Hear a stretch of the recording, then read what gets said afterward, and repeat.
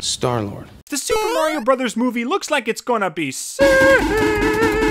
I know seeds of doubt were sown pretty early on, with the voice casting announcement spawning a ton of memes, and the reveal of the studio making it, causing a lot of confusion. I'm actually a pretty big fan of Illumination, but in the public eye, their films can range from being a riot to just causing a riot. So obviously no one felt that they were the best studio to tackle the definitive film for one of the biggest gaming franchises of all time. You see that "the"? You gotta be worthy of that.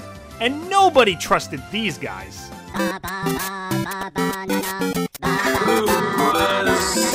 But then, the trailers dropped. And so did everyone's jaws. Much like a game of Mario Party, things turned around extremely quickly. Trailer reactions were everywhere. Positive tweets were pouring in. Peach went from a princess to a queen in most people's eyes. And with the movie still 5 months away, it seems like things are just getting started. So, what is a lowly guy who became a huge fan of the Tubby Tube Trekker after the DS days to do?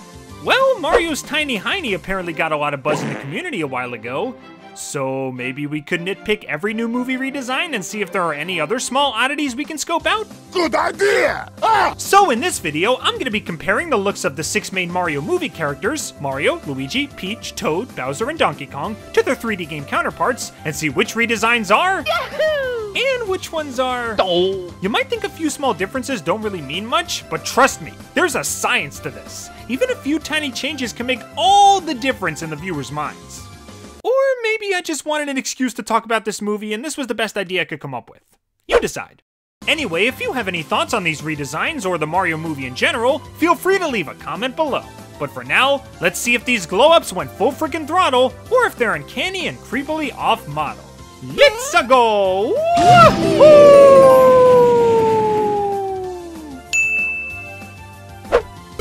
Let's go! Let's start off our discussion with old Plummin' Plumber. Mario is freaking iconic. Everybody knows this design. Everybody knows the overalls, everybody knows the white gloves and brown shoes, everybody knows the mismatched coloration between his hair, his eyebrows, and his mustache, which still mystifies me to this day. Seriously, why are 2 black and 1 brown? It's making my own hair fall out just thinking about it. And of course, everyone knows the simple cap with a single letter on it. M for majestic. M for magnificent. M for marinara sauce. Heck, just when you see the design's 2 dominant primary colors together, you immediately get images of jumping over baddies in Mushroom Land. When you think red and blue, you think Mario. Or maybe the other guy, I don't know. So if you're gonna adapt the design like this, you better freaking do it right. And, well, they didn't do a bad job. Most of the essentials are here, the hat, the overalls, the stash, gloves, and shoes. It's all present and accounted for. This passes the prerequisite test. But then we've got the nitty-gritty details, which definitely add up in the long run. I don't know how else to explain it, but the overall vibe I get from this version of Mario is just a normal guy. I mean, classic Mario is just a guy as well, but his features are just exaggerated enough to give him a bit of a cartoony edge. He's got big eyes and a bulbous honker, a more prominent gut, much longer, more stocky limbs, and a shorter stature, and of course some funny when you notice it features, like the miscolored facial hair. He looks just human enough to feel real, but just cartoonish enough to feel like he belongs in a world like this. It's a good balance. Meanwhile, this Mario leans a bit more towards realistic. He's more linear with a more average build, he's got a tinier nose with smaller, more spread out eyes, his hair is all the same color now with a mustache that looks more like proper hair and less like a curly fry under his nose, smaller ears, smaller feet, smaller M on his hat, just smaller everything it seems. I'm guessing they wanted to try and make him look closer to your average human without too many exaggerated pieces. I don't know if this makes him easier to animate, or maybe they wanted him to resemble his voice actor a little more, but this is what they went with. I personally prefer the slightly more cartoonish look to the more realistic one, but it's not necessarily bad, just different. In fact, there are some realistic touches I genuinely like. Take his outfit, for example. The denim texture on his overalls is nice, his gloves look less puffy and more form-fitting like work gloves, he's got a visible collar on his shirt now, he's got a little pocket up front, maybe for keeping a couple tools at arm's reach while he's on the job, and his shoes are styled more like rugged strap-up work boots, as opposed to his old footwear, which just looked like... Burgundy dress shoes. Yeah, basically. As a whole, this Mario definitely looks more like a convincing plumber than his game counterpart, and all they had to do was a few tiny touch-ups. See, a little goes a long way. Overall, I'll always be a sucker for classic Mario, but this new version ain't half bad. A bit generic in some ways, but not nearly as offensive or terrifying as some other video game movie redesigns, so I'll give this a pass. In terms of numbers, I'll give OG Mario a 10 and Illumination Mario an 8. A good attempt, but doesn't quite hold a fireball to the original. Okie dokie. Now let's move over from Mario to his string bean bro, Luigi. Everybody loves Luigi. His fans love him, the creators love him, he has a more fun personality than his big bro, being an adorkable scaredy cat, he's got some of the most memorable moments in the games, especially the RPGs, he's got a ghost-busting spin-off which is epic, and in early 2013, he even got his own freaking year. Luigi may be number 2 on the player screen, but he's number 1 in our hearts. But mushy stuff aside, how does that redesign hold up? Well, basically everything I said about Mario's redesign can also apply here. More practical outfits, same color hair, more humanistic proportions, but in this case, I'm not as against it as I was for his big bro because Luigi was always the more realistic looking of the two anyway. More tall and lean, less exaggerated features, so the differences aren't as bothersome to me as they were for Mario. Maybe the nose is a little too small, I guess, and the face and eyes feel a little off, but not much else to complain about. So yeah, I think that's it. Classic Luigi gets a 10 and Illumination Luigi gets a 9. I still have a bias for the original, but this is still a pretty spot-on design. Sweet! Princess Peach is a very divisive character, I'm aware. There's a decent-sized love and hate group for this tiara-wearing toadstool, and personally, I'm definitely more on the love side. Yeah, she gets kidnapped one too many times for her own good, but when she's not in Bowser's clutches, she's actually a lot of fun. She's like a sweet and sour soup in my eyes. She can be very kind and gentle, which I always found endearing, and it really helps you understand why her subjects would give anything for her. But in certain cases, she can also be really sassy, spicy, and even aggressive towards certain folks, which you'll see in spades if you played the RPGs or read the comics. She's got a great personality hidden under that unassuming smile. I just wish Nintendo would do more with it. As for her design, it can work wonders depending on which side of her is showing. For the sweet side, it's pretty obvious. Blonde hair, big blue eyes, long flowing pink dress, pretty much the epitome of innocence. And her bright colors make her feel like a pure beacon of hope, shining through the black smog created by the Koopa King, ready to guide Mario towards his ultimate goal and encourage him when things get rough. But when she's not so sweet, the juxtaposition is freaking hilarious. I mean, imagine seeing this dainty demure princess walking towards you, hands folded and everything, only to give you a harsh scolding and a cast iron skillet to the face. That's freaking amazing. Personally, I'll always be a Peach fan. I just wish Nintendo would stop putting her in one-note roles throughout the games. Have this girl do more things, she's plenty capable.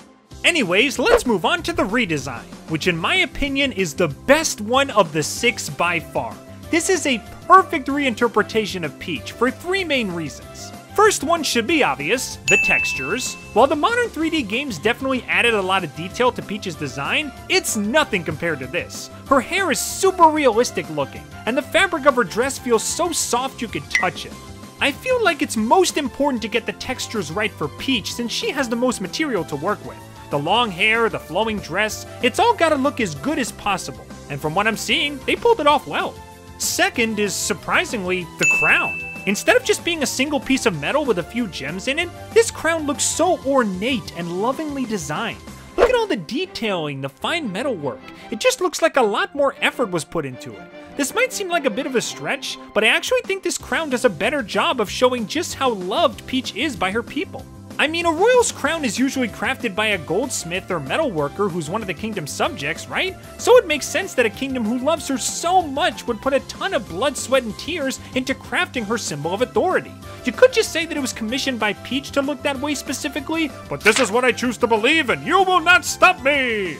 And third, and most importantly, is her face. Maybe it's just me, but I think this is the most expressive Peach face we've ever gotten.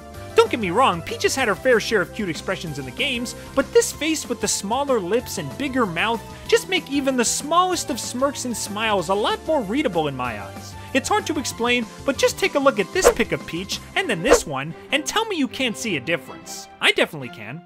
This could be a stretch, but I actually think I like this Peach design better than the original, and her alternate outfits like her jumpsuit and her fire dress are definitely helping things a lot too. I'm gonna say it, the original game gets a 9.5 and the movie gets a 10. It was a hard-fought battle, but this princess just became the queen of the movie's designs. Here we go! Okay, the next few I can kinda speed run since there's almost nothing to talk about. Toads are those little mushroom boogers that populate Peach's province and sound like someone repeatedly stepping on a parrot. Anyway, the design of a toad is simple but effective. Cute little black dot eyes, a little mushroom cap on his head, along with his baggy pants and Aladdin vest, really gives off the Arabian guy in a turban kind of vibe. Which is ironic since Arabian countries are usually really arid and mushrooms tend to grow in moist, damp places. Either way, it's adorable and I dig it. And the movie basically captured all the vibes of the original with the same basic features. I like the little backpack and the map he carries around, looking like it's straight out of Captain Toad Treasure Tracker. There's a small amount of fuzzy texture to his little mushroom cap if you look real close, and they even gave his pants a little drawstring to it. Overall, it's just a more detailed version of the original Toad design, which does make it a bit better in my opinion. So I'll give the original Toad design an 8, and the new one an 8.5. The trailer straight up says that these little guys are adorable, and I couldn't agree more. Showtime! Bowser, the Koopa King, star of one of my favorite Mario games of all time, and easily the character who was changed the least when he moved to the movies. And can you really blame anyone? Bowser's design is perfect. The intimidating dragon turtle with sharp spikes and horns everywhere you look, a head of scarlet hair, designed just like the fire he uses to cook you with, these shackles on his arms, looking like they're struggling to contain his swole tortoise build. This guy is a boss in both senses of the word. And much like Peach, when he has his more derpy moments, the juxtaposition of it all makes for some really big laughs. Overall, King Koopa here has a design that's as delectable as the dish he's named after. So what do the movie creators do when they're tasked with making a movie model for such a perfect design? Well, keep him the same and just shine him up a bit. Yeah, the only real difference here is the textures, with Bowser looking more scaly and reptilian than ever before. I think it's a great addition, and it really makes him glow when you draw him in front of a fiery background, which you can see in his poster here. The only other thing I noticed is something similar to Peach, where he does feel a bit more emotive. You don't often get much expression from the Koopa King. His expressions mostly just range from roar to without a ton of variety. But in the movie trailers, we get iconic images like Bowser pulling off a smug, evil smile when the penguins show their feeble, frozen fury. Like, just look at this face, it's perfect. Other than that, mostly just the same with a bit of extra spin and polish. Why change perfection, right? 10 for the movie, 10 for the game, not much to speak of, they're basically the same.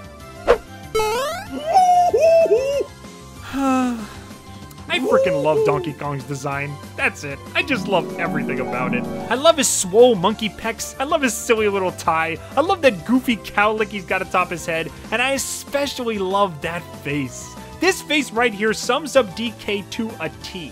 When his mouth is closed and his eyes are glared, he's a force to be reckoned with. But when he smiles with those big teeth and lips, it just embodies sheer, utter cluelessness. And I love him for it. In fact, stupidity is the direct inspiration for his name, combining Kong, which means large ape in Japanese, and donkey, which means, well, idiot. I look at this design and I immediately know who he is. A strong, well-meaning, dominant ape who's as dumb as the hammer from his game.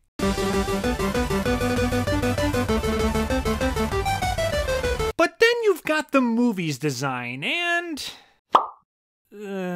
I'm not gonna lie, I really wasn't digging this at first. When I saw the face of movie DK, I instantly didn't like it, and I don't really know why. He didn't look bad, he just didn't look right. Like, in my mind, this is Donkey Kong, and this is some other Kong that was rejected before the series even started. Chad Kong.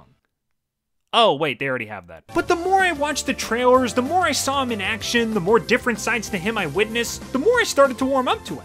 Not as much as original Donkey Kong, but definitely more than before. On first impression, I probably would have said, ew, no, don't like it, 0 out of 10. But at this point, my score has definitely bumped up to a 7, with the original getting a 9.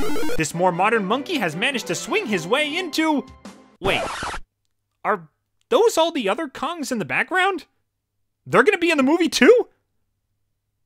Okay, the design gets a 7, but the poster gets an 11. That's just... wow. Yes. Oh yes. Well, there you go. A thorough scrutinization of the 6 new main designs for the Mario movie. The changes are minor, but at least fun to talk about. However, I want to hear what you guys think. Any new character features that really stood out to you? Or did you barely notice any of this stuff and I'm just talking crazy? Leave your thoughts in the comments below. Thanks for tuning in, everybody, and I hope to see you all real soon.